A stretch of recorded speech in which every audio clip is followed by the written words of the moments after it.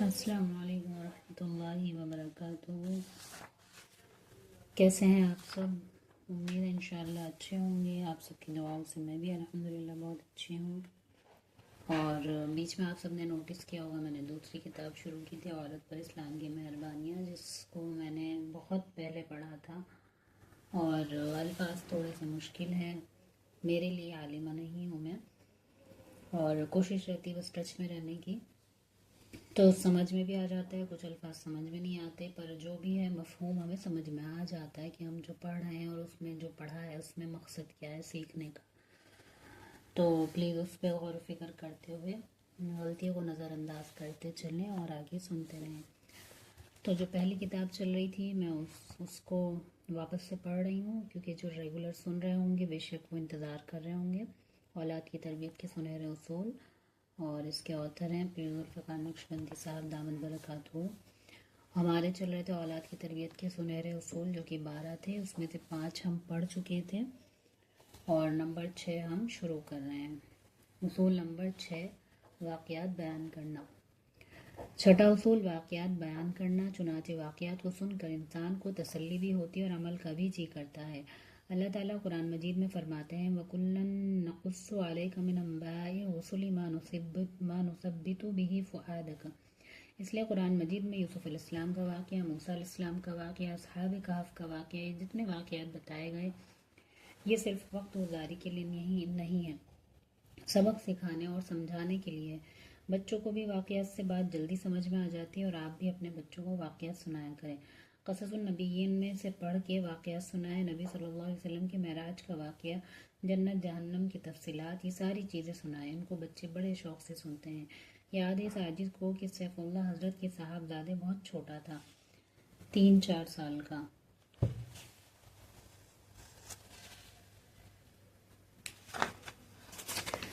3-4 سال کی عمر ہوگی۔ وہ ایک مرتبہ میرے پاس آ کے بیٹھ گیا۔ میں نے اس کے سامنے جنت کا تذکرہ تفصیل سے کیا کہ جنت ایسی ہوگی، ایسے اللہ کا دیدار ہوگا۔ جب کوئی 15-20 منٹ میں جنت کا مضمون اس کے سامنے کھولا تو سن کے اتنا مطمئن ہوا کہ کہتا ہے کہ ابو جی پھر چلیں جنت میں۔ تو دیکھیے ابھی بچے کے سامنے بات کی اور ابھی جنت میں جانے کا اس کا دل کر رہا ہے۔ اسی لیے واقعات بیان کرنا یہ بھی بچوں کی تربیت کے لیے ایک انتہائی بہترین اصول ہے۔ مثال کے طور پر بنی اسرائیل کے 3 لوگ تھے، ایک آدمی برس کا مریض تھا، دوسرا آدمی گنجا تھا اور تیسرا آدمی اندھا تھا۔ یہ سب پریشان زندگی گزار رہے تھے۔ ایک شخص برس والے مریض کے پاس آیا اور کہا کہ تیرا کیا حال ہے؟ برس کہتے ہیں وہ دھبے پڑ جاتے ہیں نا باڈی پہ، بلیک اینڈ وائٹ، کالے اور سفید رنگ کے، تو اسٹوری سے مجھے یہ معلوم ہوا ہے۔ اس نے کہا کہ کیا حال بتاؤں، میں تو مریض ہوں، لوگ میری شکل دیکھنا پسند نہیں کرتے، نہ ہی میرا کاروبار چلتا ہے۔ اس آدمی نے دعا دی، برس کی بیماری بھی ختم ہو گئی، اللہ نے اس کو اونٹنی عطا کی اور اس میں اتنی برکت ہوئی کہ کچھ عرصہ کے بعد وہ ہزاروں اونٹوں اور اونٹنیوں کا مالک بن گیا۔ پھر دوسرے بندے کے پاس گیا، پوچھا کیا حال ہے؟ اس نے کہا سروے بال نہیں، لوگ میرا مذاق اڑاتے ہیں، کاروبار بھی نہیں چلتا۔ اس نے دعا دی، اللہ نے خوبصورت بال بھی عطا کر دیے اور ایک گائے بھی عطا کر دی۔ گائے کی نسل اتنی بڑی کہ ہزاروں گایوں کا مالک بن گیا۔ تیسرے کے پاس گیا، اندھے سے پوچھا کیا حال ہے؟ اس نے کہا میاں لوگوں کے لیے تو رات میں اندھیرا ہوتا ہے، میرے لیے تو دن میں بھی اندھیرا ہے، در در کی ٹھوکریں اور دھکے کھاتا ہوں، لوگوں سے ٹکڑے مانگتا ہوں، یہ بھی میری کوئی زندگی ہے؟ اس نے دعا دی، اللہ نے اس کی بینائی بھی ٹھیک کر دی اور ایک بکری دی، وہ بکری اتنی بڑی کہ وہ ہزاروں بکریوں کا مالک بن گیا۔ حتیٰ کہ ایک وقت آیا تینوں آدمی بنی اسرائیل کے بڑے امیر بندے کہلانے لگے۔ ہم محلات بنا لیے، چشم و خدم ہیں، لوگ ہیں، نوکر چاکر ہیں، کھانے ہیں، مزے ہیں، بہاریں ہیں۔ جب یہ لوگ نعمتوں کی زندگی گزارنے لگے تو وہ بندہ پہلے کے پاس آیا اور کہا میں محتاج ہوں، آپ کے پاس بہت کچھ ہے، ایک وقت تھا کہ آپ کے پاس کچھ نہیں تھا، اب اللہ نے آپ کو اتنا کچھ دیا ہے، مجھے اللہ کے نام پر دے دیجئے۔ اس کو بڑا غصہ آیا اور کہا کہ تم نے یہ کیسے کہا کہ میرے پاس کچھ نہیں تھا؟ میں امیر باپ کا بیٹا، میرا دادا امیر، میرا فلاں امیر، چلے جاؤ یہاں سے۔ اس نے جھڑک کر باہر نکال دیا۔ جب یہ آنے لگا تو کہا اچھا میاں جیسے تم تھے اللہ تمہیں ویسا ہی کر دے۔ اب وہ پھر برس کا مریض بن گیا اور ایسی بیماری ہوئی کہ اس کے سب جانور مر گئے۔ پھر یہ آدمی دوسرے کے پاس گیا، اس سے کہا کہ بھائی محتاج ہوں، اللہ کے نام پہ کچھ دے دو، ایک وقت تھا کہ تمہارے پاس کچھ نہیں تھا، اب تو بہت کچھ ہے۔ اس نے کہا خبردار، جو تم نے بات کی مفت کا مال نہیں ہے، میرے پاس آیا ہوا ہے، میں نے محنت سے کمایا، میں تو اتنا اچھا بزنس مین ہوں، فلاں سے ڈیل کی تھی تو مجھے اتنا ملا، فلاں سے ڈیل کی تو مجھے اتنا پروفٹ ہوا، یہ خون پسینے کی کمائی ہے، تم کیسے کہتے ہو کہ تمہارے پاس کچھ نہیں تھا؟ تو اس نے کہا میاں ناراض نہ ہو، تم جیسے تھے اللہ تمہیں ویسا ہی کر دے۔ اب یہ پھر گنجا بن گیا اور جتنی گائیں تھیں وہ سب ہلاک ہو گئیں۔ پھر تیسرے کے پاس گیا، اس نے کہا کہ میں محتاج ہوں، اللہ کے نام پہ کچھ دے دو، ایک وقت تھا کہ تمہارے پاس کچھ نہیں تھا، آج اتنا کچھ ہے۔ جیسے ہی اس نے یہ بات کہی تو اس آدمی کی آنکھوں میں آنسو آ گئے۔ اس نے کہا کہ میرے بھائی، تم نے بالکل سچ کہا، میں تو اندھا تھا، میں تو ٹھوکریں کھاتا تھا، ٹکڑے مانگ مانگ کر لوگوں سے لیتا تھا۔ کسی اللہ کے بندے نے دعا دی، اللہ نے بینائی بھی دے دی، اور اتنی بکریاں اللہ نے مجھے عطا فرما دی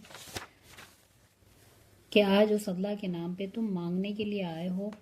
ان دو پہاڑوں کے درمیان پوری وادی میں جتنی بکریاں ہیں، جتنی چاہو اللہ کے نام پر لے لو۔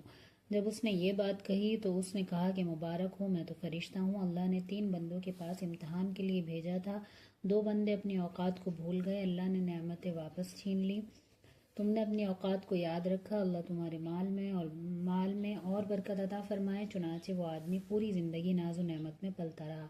اب اگر بچے کو یہ واقعہ سنائیں اور پھر اس کو یہ بتائیں کہ اللہ جو نعمتیں ہمیں دیتا ہے ہمیں اس کے نام پر خرچ کرنا چاہیے، تو بچے کے اندر کیسا جذبہ پیدا ہو جائے گا؟ وہ کہے گا کہ امی سب کچھ خرچ کر دیجئے۔ اسی طرح انبیاء کرام علیہ السلام کے، اولیاء کرام کے واقعہ سنا کر اس سے نتیجہ نکالا کریں اور بچے کو سکھایا کریں کہ یہ ہونا چاہیے، پھر بچے پر ایسی بات جلدی اثر کرتی ہے اور یہ بات اس کے ذہن نشین ہو جاتی ہے۔ اصول نمبر 7۔ 7واں اصول عملی و تجرباتی ہے۔ تجرباتی طریقہ کا مطلب ہوتا ہے کہ بہت سی مرتبہ کوئی کام بچے کو کر کے دکھانا پڑتا ہے، جب تجربہ کیا جاتا ہے یا بتایا جاتا ہے تو بچہ جلدی بات سمجھ جاتا ہے۔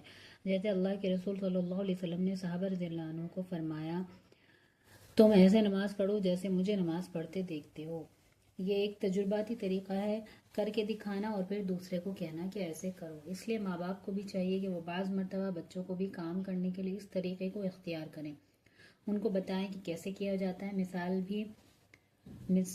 مثال کے طور پر ماں باپ کا احترام سکھانا۔ اب اگر بچے کو لے کر دادا دادی کے پاس گئے تو ماں باپ خود ان کا احترام کریں، ان سے اچھے انداز سے ادب کے ساتھ گفتگو کریں، تو بچہ خود بخود سمجھ لے گا کہ اگر انہوں نے اپنے ماں باپ کے ساتھ ایسا معاملہ کیا ہے تو مجھے بھی اپنے ماں باپ کے ساتھ ایسا ہی کرنا ہے۔ یہ تجرباتی طریقہ بھی بچے کے لیے بہت اچھا ہوتا ہے۔ نبی صلی اللہ علیہ وسلم بھی اس طریقے سے صحابہ رضی اللہ عنہ کو سمجھایا کرتے تھے۔ ایک روایت میں ہے کہ نبی صلی اللہ علیہ وسلم نے ایک درخت کی ٹہنی کو ہلایا تو اس کے پتے جھڑ گئے۔ ایک صحابی رضی اللہ عنہ جو پاس میں تھے ان سے فرمایا کہ دیکھو، جس طرح اس درخت کے پتے جھڑ گئے ہیں، جو بندہ نماز پڑھتا ہے اس نماز کی وجہ سے اس کے گناہ بھی اسی طرح جھڑ جاتے ہیں۔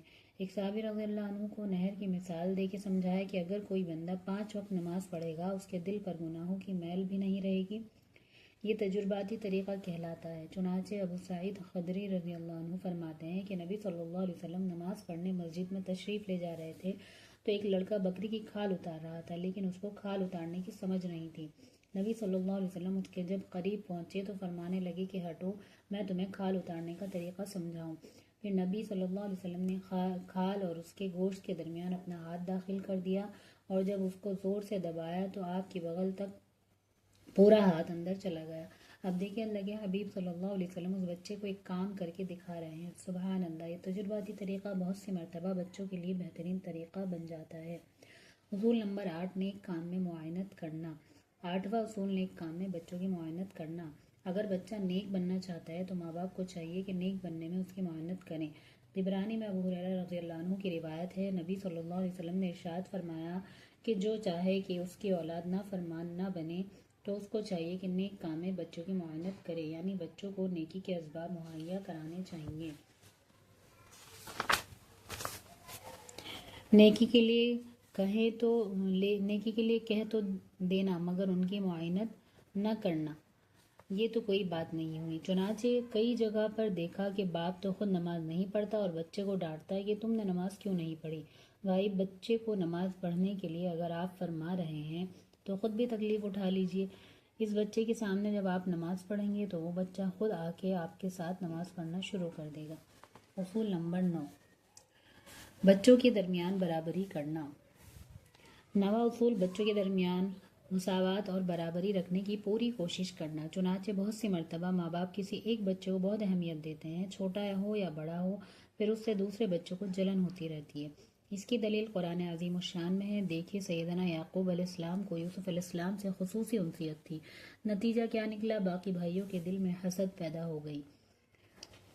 اسی طرح ماں باپ جب کسی ایک کو ترجیح دینا شروع کر دیں گے تو دوسرے کے دل میں جلن پیدا ہوگی، حسد ہوگا۔ نبی صلی اللہ علیہ وسلم اس کا لحاظ فرماتے تھے۔ حدیث مبارک میں ہے، نبی صلی اللہ علیہ وسلم کھانا نوش فرما رہے ہیں